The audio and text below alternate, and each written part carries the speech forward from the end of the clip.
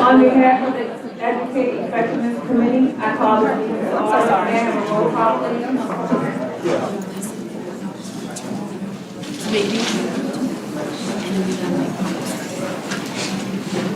Mr. Appel. Here. Dr. Armstrong. Here. Mr. Bergen. Here. Mr. Castillo. Here.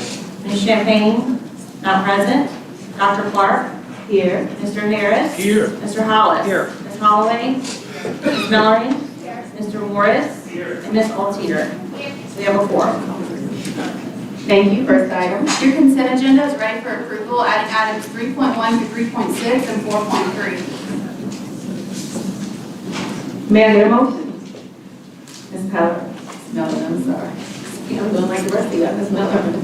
Mr. Harris. Thank you. Does the department have information to present? Consent items. Any objections? Any comment cards? No. Hearing none, this motion passes. Next item, please.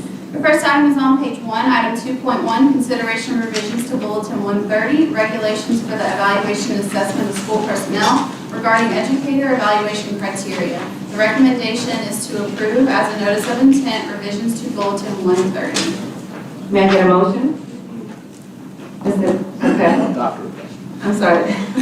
Thank you, Dr. Appel. May I get a second? Ms. Mellon? Does the department have any information? Yes, ma'am. Dr. Chasson will give a report. Good afternoon. Jenna Chasson, Department of Education. Happy to bring you all an update this afternoon around the Louisiana Educator Advancement and Development System and some proposed revisions to Bulletin 130 that we're bringing before you today. In response to research and feedback and following a request for proposal process, we contracted with the National Institute for Excellence in Teaching, also known as NIET, to assist with strengthening our Louisiana evaluation system, along with developing resources to support professional learning. This transition to an improved system will span over the course of 3 years with a pilot currently underway, a learning year in the 24-25 school year, followed by full implementation during 2025-2026. We're excited about what this new system will do to improve educator effectiveness and in turn, student learning. Bulletin 130 establishes regulations for the evaluation and assessment of school personnel.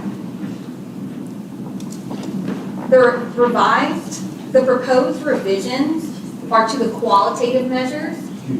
I got feedback from someone that they requested you speak into the mic a little bit better, so help us out with that. Thank you. Thank you, Mr. Morris.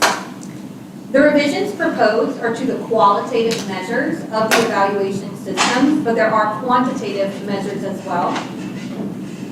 And the qualitative measures focus around an observation process. We have 16 school systems that are currently piloting the new evaluation process, and Dr. Arthur Geoffrion from my team, who now leads this work, has recently visited with all 16 school systems to garner their feedback and input and to help inform this policy. And one really important part of this revision I wanted to highlight here on this slide, and that is differentiated support for the folks being evaluated, for our educators. And so we've heard often that principals really want to be able to have their leadership team spend more time with the educators most in need of that time and support, and maybe a little less time with our teachers, who we call the high flyers, our teachers who are already very effective at what they do and are perhaps more veteran. And so new teachers in the proposed revisions with 0 to 2 years of experience, so within their first 3 years of teaching, will have 3 observations. Based on the first observation results, experienced educators could have 1, 2, or 3 observations. So what this will look like in the fall semester, all teachers who are over that new teacher status, so with more than 3 years experience, will have an unannounced observation. If they are found to be highly effective, they will have just that one full-length formal observation. If they are found to be proficient, a second observation will be conducted. If that first observation is conducted and an educator is found to be less than a 2.5 on a 5-point scale, they will have a second observation, and if they are still, during that second observation, found to rate below that 2.5, they will then have a third observation. So this differentiated support, I think, is a really strong recommendation in this policy revision that really comes from the field, and the idea that our leadership teams at our school only have so much time throughout the day, and we want them to be able to devote their time and effort to the educators most in need of support. So rather than a blanket policy, this idea of true differentiation for educators. The system has a few key components. There are updates to the leader portion and to the educator or teacher portion. There is an updated rubric for each based on a valid and reliable tool. There are beginning, middle, and end of year conferences, a self-assessment, and the school leader rubric for principals. On the educator end, there's training and evaluation assessment, training for the teachers themselves. There's also a professionalism rubric where the school leader is able to rate the teacher on professionalism. There's a self-assessment for the educator and follow-up coaching and support cycles.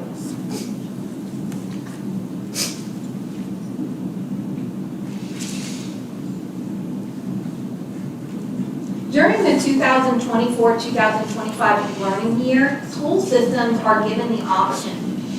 They're given 3 different options. They can opt into the new Louisiana Leader Rubric and Louisiana Educator Rubric. They can continue to use the Compass Evaluation Rubrics for one final year, or they can still submit a waiver to use an alternate rubric. We have found that there are some especially of our charter systems in the state who use their own rubric, and so we're still keeping that option in there. We know that's very important to some people. But the incentive to opt into the learning year for next year is that we're going to have the most extensive training opportunities. So we will be able to host over 80 regionally based training across the state. We'll also be able to provide ongoing support throughout next school year during the learning year transition. During the first year of implementation, systems will then still just have the option to use the Louisiana Leader Rubric, Louisiana Educator Rubric, or to still submit that waiver request to use an alternate rubric. Another strong point to consider is that evaluators in this system have to undergo a mandatory 3-day training. And this will really make sure that they have the skills and knowledge necessary to use the tool, to evaluate educators, and to provide ongoing coaching and feedback. They are also required to pass an assessment annually. This further strengthens the system. Our teachers will have access to training on the new certification system and the new rubric through an online professional development platform that we will have available in the next few months. We'll also host many sessions at our upcoming Teacher Leader Summit to aid in the transition. So moving forward, school systems will let us know their plans for next year during the learning year. We'll begin to host trainings across the state, and we'll provide communication guidance to school systems and make those online professional development opportunities available for our teachers. We are very excited about the shift to a new system that is really all about growth and support for our educators and leaders. I've seen firsthand the role a strong evaluation system can play in increasing teacher and leader effectiveness, and I know this policy's implementation will make a difference in our schools and classrooms. I'm happy to take any questions. Any questions or comments from the board? But since I'm on the board, I can make a comment too. And since I use the Compass system with my teachers, I just want to commend you guys on what you've done to bring the system up to par, especially the option of the 3 observations for teachers, especially new teachers, and the new scale. Also giving schools, the districts, the option of waiting a year prior to just jumping into a system if they have not been properly trained through the mandated training. So thank you for that. We do have comment cards. We have one card from Tammy Byler in support of the recommendation. Mr. Jeff Powell. Oh, I'm sorry, Tom, that's Tommy. I'm so sorry. It looks like an A. You used to make that O look like an O.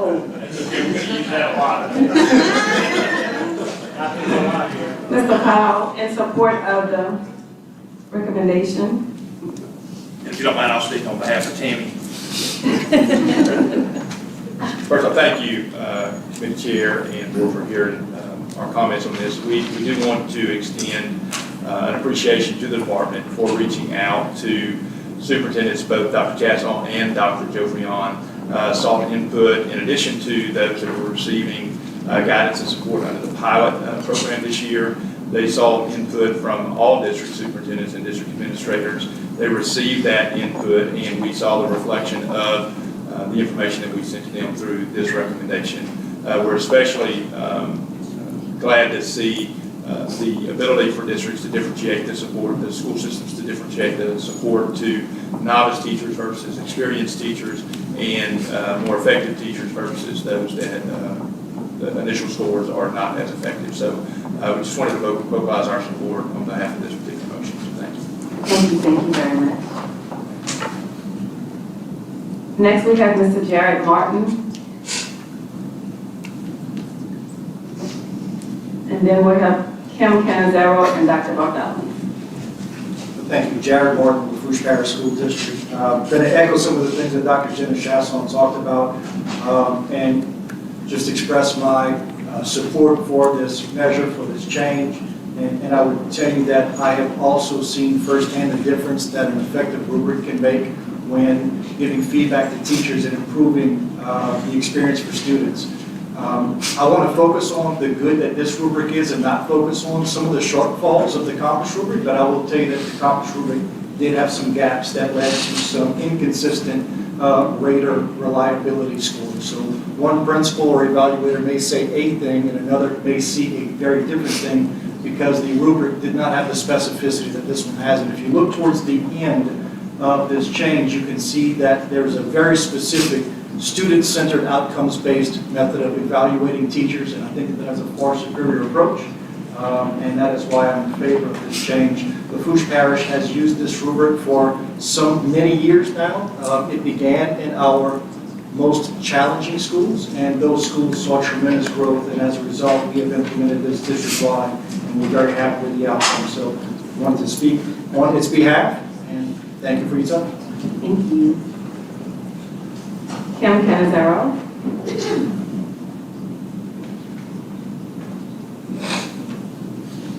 Good afternoon. I'm the superintendent from Parkby Parish, and I was involved in the pilot for this rubric. And I bring different perspectives. As a former administrator, as a principal, I used this rubric, and then we got a different leader, and we transitioned to COMPASS. And now, as superintendent, I'm so excited that we get to transition back.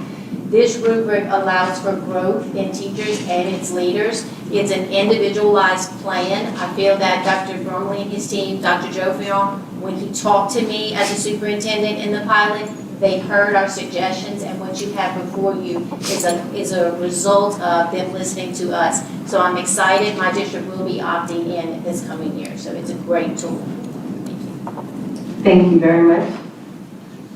Dr. Barthelemy. From Assumption Parish. Easy first. Thank you. My name is John Barthelemy, Superintendent of Assumption Parish School System. I am here in support of this item. We were in the pilot this past school year, and our principals and our assistant principals gave great feedback. But the number one thing for me as it relates to this particular initiative is the connection it makes with student achievement. The evaluation tool is rooted in teachers developing or increasing the skills of students. So ditto, as my other colleagues said, other superintendents, Dr. Chasson, as it relates to integrated reliability and the things that this particular rubric will provide for us. But the biggest thing is it connects back to student achievement. So as a result, Assumption Parish School System, Superintendent John Bartholomew, I'm in favor. Thank you. Thank you. And Cynthia Posey with the Louisiana Federation of Teachers.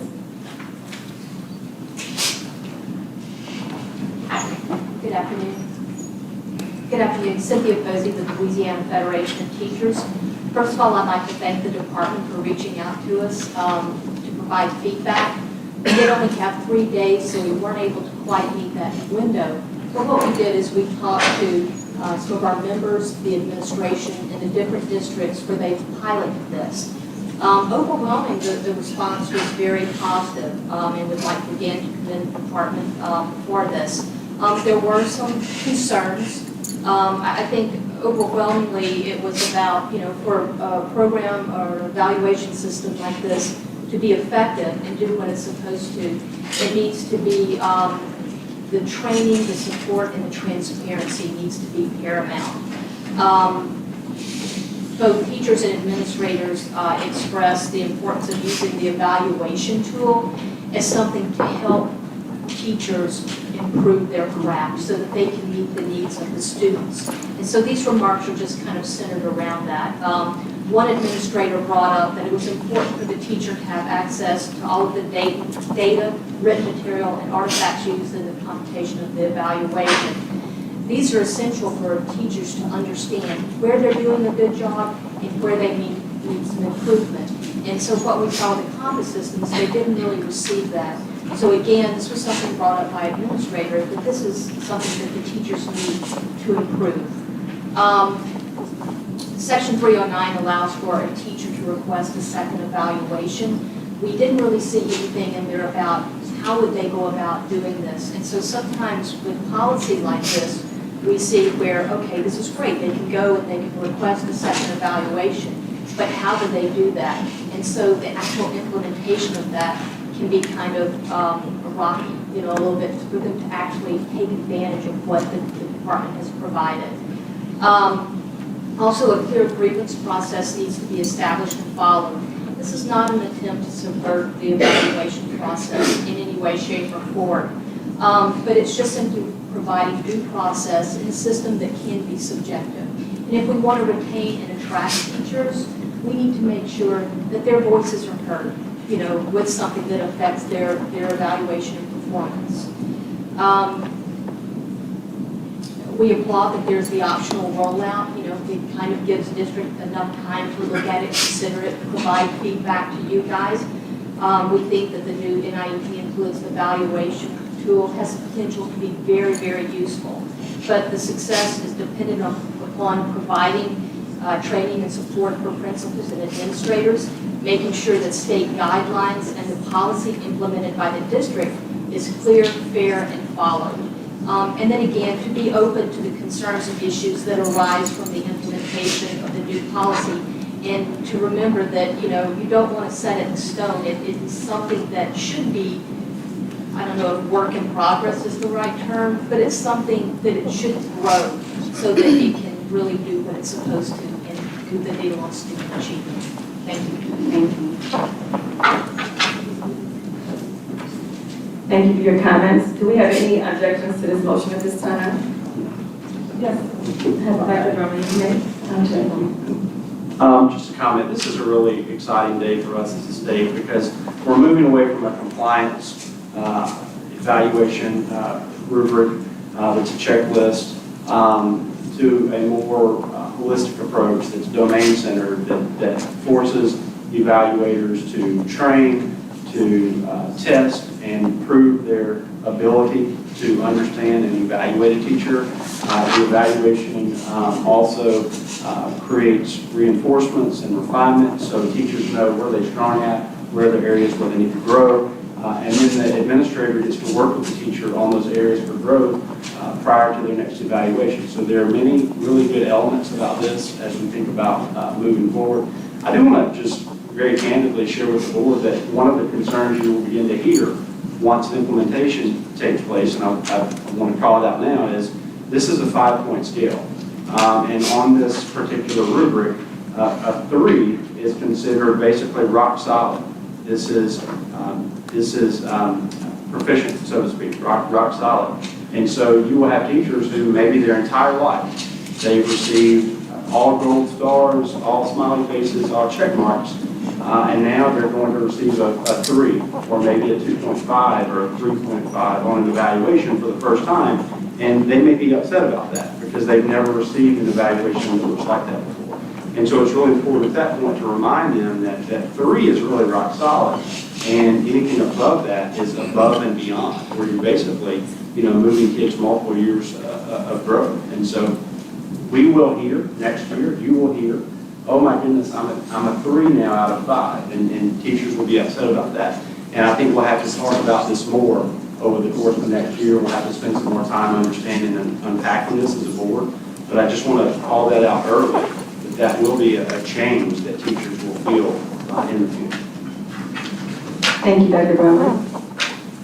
Hearing no objections, this motion passes. Next motion, please. Next item is on page 14, item 2.2, consideration of revisions to Bulletin 746, Louisiana Standards for State Certification of School Personnel regarding principal certification pathways. The recommendation is to approve as a notice of intent revisions to Bulletin 746. May I get a motion? I have Mr. Harris first and Mr. Appel second. Does the Department of Information present? Yes, ma'am. This is an innovative approach that we are going to try. Basically, we know that we have principals that turn over every year across the entire state. We want to create additional opportunities for people to lead schools if their system would like for them to be selected to lead a school. It opens it up for individuals with MBAs, MPAs, JDs, and commissioned officers at the pay grade of 03 or higher, or 03 and higher, which is basically a captain, commissioned captain in the military. And so along with, if one of these individuals were to be employed by a school system, it's not a mandate, it's an opportunity, that individual would have to come to a department training, be trained by us at the department. They still have to pass their national principal exam, and they also have to be partnered with a mentor who holds the certification in the more traditional sense. And so it's a really good opportunity for school systems that would like to use it, but again, it's not a mandate. Thank you, Dr. Brumley. Any questions or comments from the board members? We do have one comment card, Mr. Martin from LaFouche Parish, who is in support of this recommendation. Thank you, members of the board, Dr. Brumley. I do want to speak in support of it. Having retired from the Army National Guard myself as a lieutenant colonel with 27 years of experience and served 2.5 years in a combat zone, I can tell you that someone who has served our nation and has served as a commissioned officer with the pay grade of 03 or above, as Dr. Brumley stated, that would be a captain or a lieutenant in the Navy. I do believe that they have the proven leadership background, experience, and skills required to potentially be very successful, depending on the candidate, in a school setting. And having an alternative pathway for those folks to get certified, I think is something that we should applaud, especially in light of the fact that as a nation, in the 1970s, our colleges were graduating over 800,000 folks in colleges of education. And as a nation, last year, we graduated 80,000, despite a larger population. So there are fewer people in the land of education to choose from, and we are seeing an increasingly small number of applicants for the most critical positions in our schools, which are these leadership roles. So having the option to have an alternate pathway for someone who served in the military with the rank of captain, I believe is a step in the right direction, and I'm in favor of it. Thank you. Thank you, Mr. Martin.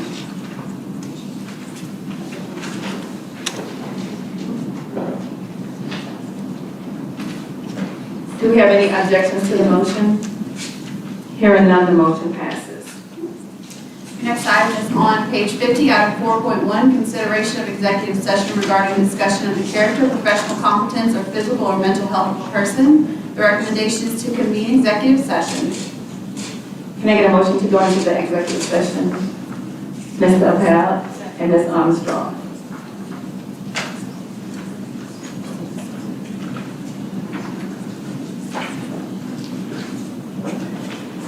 Any public comment prior to us going into executive session? Roll call. Mr. Appel? Yay. Yes. Dr. Armstrong? Yes. Yes. Mr. Bergen? Yes. Mr. Castillo? Yes. Yes. Ms. Sheffy is not present. Mr. Harris? Yes. Yes. Mr. Hollis? Yes. Yes. Ms. Holloway? Yes. Ms. Mellering? Yes. Yes. Mr. Morris? Yes. Yes. Dr. Clark? Yes. Yes.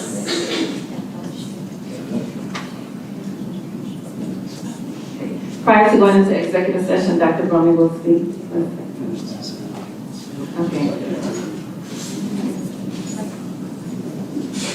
I will advise the audience that we will be in executive session for the length of time necessary for the discussion. No votes will be taken while in executive session. All votes will be made in public. Additionally, public disclosure is not required of the matters discussed in a properly held executive session. At this time, the Education Effectiveness Committee meeting stands in recess to go into executive session. Prior to executive session, Dr. Bromley will make a comment. While Ms. Altier is here, I wanted to call out the fact that at our February meeting, I mentioned that we were going to kick off the Let Teachers Teach Task Force to look at items such as excessive trainings, scripted lessons that free teachers up from the art of teaching, and also disruptions to the school day which prevent teachers from being able to teach and students from being able to learn. And I appointed our chair, and Kylie Ms. Altier is going to lead that work. I know she's going to do a fantastic job. But we kick off our first meeting on Monday, and it's virtual, and so we have our work group selected. We have a group of about 30 teachers and educators from across the state, and we're going to tackle these issues. And I've been very clear with Kylie, but also in public, that I want to see a set of recommendations for these issues. I want to see real solutions that we can tackle these issues that are plaguing teachers in the classrooms to make their lives easier, to make their lives better. Because I believe if we can do that, we will further support the students who need them to be great every day. And so just for a public disclosure, please know that we're going to begin meeting with that internal group next week and looking at some policy solutions for some of the challenges that are facing our teachers and students. Thank you, Dr. Bromley. At this time, we will go into executive session.